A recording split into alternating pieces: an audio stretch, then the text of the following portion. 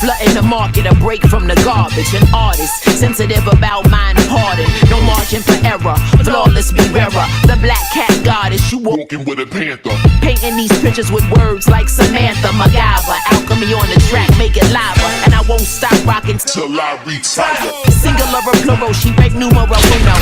Colder than you. Hey, it's your girl, Madam Money, aka Trap, and welcome to the official Sony Game album review of Dave East and Harry Fraud's HOFFA. Make sure you hit that like button, make sure you hit that subscribe button, and let's get it. Now, Harry Fraud is having a fantastic year. He had a fantastic last year. You feel me? I was really surprised to hear about this little matchup and stuff like that, too. I didn't really know what to take of it. But since I know, like, Harry Fraud, you know, he's worked with Jim Jones this year, and all these things have transpired, he ain't out of reach for Dave East and him to link up. So I understand how the link up came about. I also want to add on here, Westside Gunn curated the cover art for this project. I am not the hugest Dave East fan. I ain't gonna hold you. I used to be a big fan of him back in the day, you know, around here, and deposits and all of that shit was so hard to me. But ever since he got signed, he lost that fucking hunger to me. I don't hear it like how I used to. You feel me? Last year he dropped Comma 3. Comma 3 was like 15 tracks, maybe it was maybe 11 tracks too long, and then he dropped the deluxe on that was like 21 tracks, and I can't do all of that with him, especially if he's not in his zone and focused like how he's supposed to be. Let's get into the album review, though. Now, the first track on here is called Disappearance, and it starts off with, you know, a media clip of, you know, Jimmy Hoffa. Anybody who is familiar with Jimmy Hoffa, he disappeared, he had all these mob ties, blah, blah, blah, blah, blah, blah, blah, blah, blah, blah. It's crazy, like, if he's putting himself into the shoes of Jimmy Hoffa, or, like, on this, but this, he is, because it's the Disappearance. But this is a great intro track. This intro track was really dope to me. Like, you know, he talked about focusing more on acting. That's why he haven't been rapping as much. He talks about, you know, just his preferences, you know, designer versus vintage. Shout out to Lade, because I know Dave East, you know, he buys, I think he bought like an Avarax or something from Lade. So he's holding true to what he's going on and got going on with this. Harry Fraud, nice beat on this joint. Next track on here, 60 for the Lawyer. Flamboyant like Big L, smoking the L on Linux. And I was like, okay, Dave East, like this shit is giving me some good foundation, some good bars here. I really do like these first two tracks on here. So he got me right now. You feel me? He got me going on into this. Next track on here is called Diamonds. I had a cousin overdose when Diddy put out Benjamins, dog food syringes by the benches from the trenches trying to get a chain. And like I said, he just speaking this real shit. And like these beats is giving me, you know, I didn't know how to put it until right now, but it's giving me these like old Harlem vibes. Like, he's giving me these like old Harlem type vibes, and that's what Harry Fraud is doing right here in the production.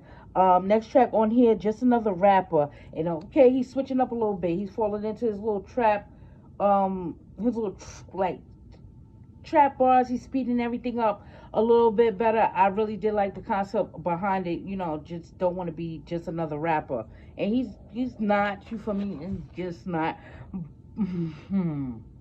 Okay, so we got track 1, The Disappearance.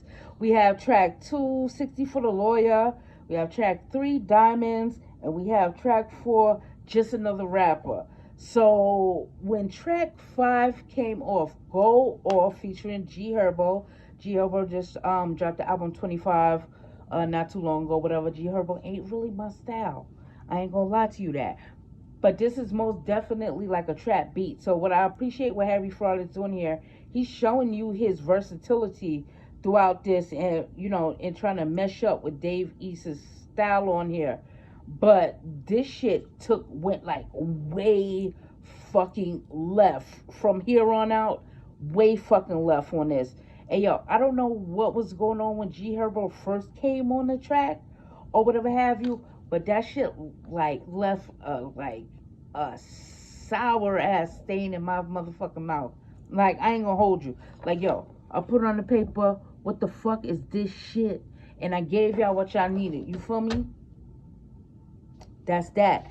I don't understand what happened here. I don't know why they let this shit pass through, because it's actually like fucks up the fucking album. Like, this is the 5th track on here, and it just was so like weird and came on so bad when G Herbo came on. I was like, so I was like, here we go. Now Dave Issa managed to fuck up. He's gonna start fucking the album up. Trust me and believe that when I tell you that. Here we go. Next track on here, Uncle Rick, and this is like the single off of HOFFA, featuring Benny the Butcher. They got a video out and all of that. Shout out to Benny the Butcher for doing the NBA draft intro. Like, dog, that is so big. Like, he is so visible, and they've thrown him such in the mainstream eye. Like, you have to salute what is going on there. Like, for real though, that is really, really a big, big thing. But here, I ain't gonna lie to you, I did not like this track. I didn't like this track when I heard like a piece of it, because I told myself like I really wasn't gonna listen to singles as they was coming out. I want to hear how they sound in the full project. You know, Benny does his thing. They always give you bars and stuff like that. But somewhere in there for me, like, they both got away from this beat a little bit.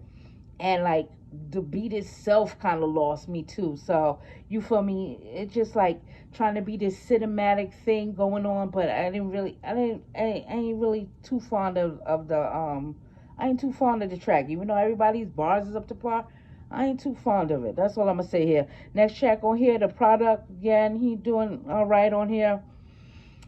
Dog. Next track on here, Money or Power, featuring Jim Jones. And it was an exciting beat. Like, it came on, I was like, okay, he's pulling me back until I felt in the beginning of this album with this production on here.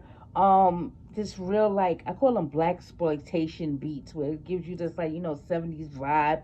And when I mentioned like Old Harlem before up there, I kind of got that here too, and Jim Jones on the track and stuff like that. So I was getting this like old Harlem vibe on here. I really, really, really, really appreciated this. But this right here, this track, Jim Jones, like I said, he does his thing on here. But what Dave East is telling you on this track, he starts name dropping everybody that he deals with. And it just lets me know he's like so comfortable. He's not hungry. He's not giving us that shit that we're used to from him. And I wish, like, okay, you get signed, you make it. You make it, you make it, you make it. All right? You happy that you make it. But that's when the hard work starts. And not that he haven't been working hard. He's been dropping projects and stuff. But I don't think his focus really he is here on rap. He's more focused on who he knows and being in front of a camera. I don't think it's being in the booth too much. If you're listening to what he's saying to you throughout this whole project, that is what he's leaning towards. Next track on here, I Can Hear the Storm. And, I didn't really like this track. I didn't like this track at all. I ain't gonna sit here in front. I thought the production was kind of weird a little bit. And I was like, I don't know if this is where Harry Fraud, like, his sound is clashing a little bit, or he was trying to make beats for Dave instead of just making beats or something like that. But it was something off with that for me personally. Let me know how you feel about it though. Next track on here, Dollar in the Dream, featuring Stephen Young. And here we go again. Like, yo, I can't take all the punch-ins from rappers. Now, it's an engineer's job to like make that shit sound seamless and make that shit sound like it's one verse, but like, it's so overly punched in. It made me like think about the rest of the tracks on here and how much of his flow is coming from being punched in. I don't know if y'all understand what I'm saying, because like, and this is like a new fucking trend for him, because listening to him on the come up, which was not too long ago, he really made a name for himself in a fast amount of time. You feel me? Like, I really do appreciate that shit that happened right there. And maybe that's why we're getting these like complacency from him as well, because he did kind of like blow up kind of fast. You feel me? I ain't gonna hold you, like maybe 4 years time, 4 or 5 years time, he done did all of this stuff or whatever. But I cannot deal with a rapper overly fucking punched in. It's like It's like lying. If that's the case, like I can go in the booth, and if somebody's gonna just be there to punch me in, how would you ever know what my real flow is like? How would you ever know what I'm really capable of in the booth? Now, I ain't saying, everybody can't go in there and just do the shit one take and all of this stuff like that. Nah, you practice, and you practice how to do it right. So I don't know if you have a problem with breath control or what, but this shit right here is overly punched in the whole fucking album. And this track is the track that made me realize, like, dog, this shit is just, it's a lot of punches, dog. I can't deal with that shit. Next track on here, Count It Up, featuring French Montana, and I put on here we go again. Soon as he kind of got me back into the album after what happened with G Herbo, he put fucking French Montana on the album. He put French Montana on the album, and French Montana is usually good to make party tracks. You feel me? He's good. He brings that element to there where you can have a party track. This shit was just straight trash. Ain't nothing else I can say about it.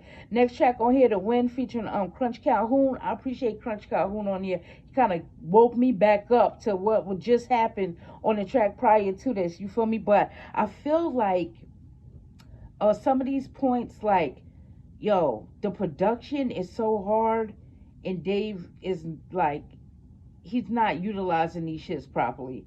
He's not. On some of these joints, he's not utilizing the beats properly. Like, he's just not. He's not applying himself on here on a couple of these joints. Next track on here, Yeah, I Know, featuring King Shooter. I was like, why in the fuck did you do that? But okay, fine, whatever. Track is alright. It's alright.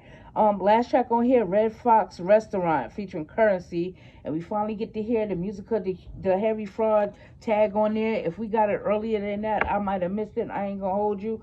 But it's weird because I like 50-50 like this album. Like, it's not a lot of tracks on here. You feel me? The production is hard on here. At some points they be like, the beat and him be struggling with each other and stuff like that too.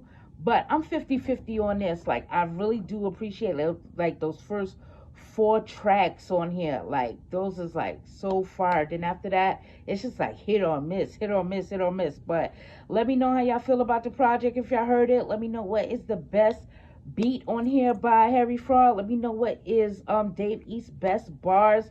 I'm 50-50 on it. Like I said, I'm 50-50 on it. I don't know, but that's good, because last time I might have been 25% on there. So he's getting better as we go along.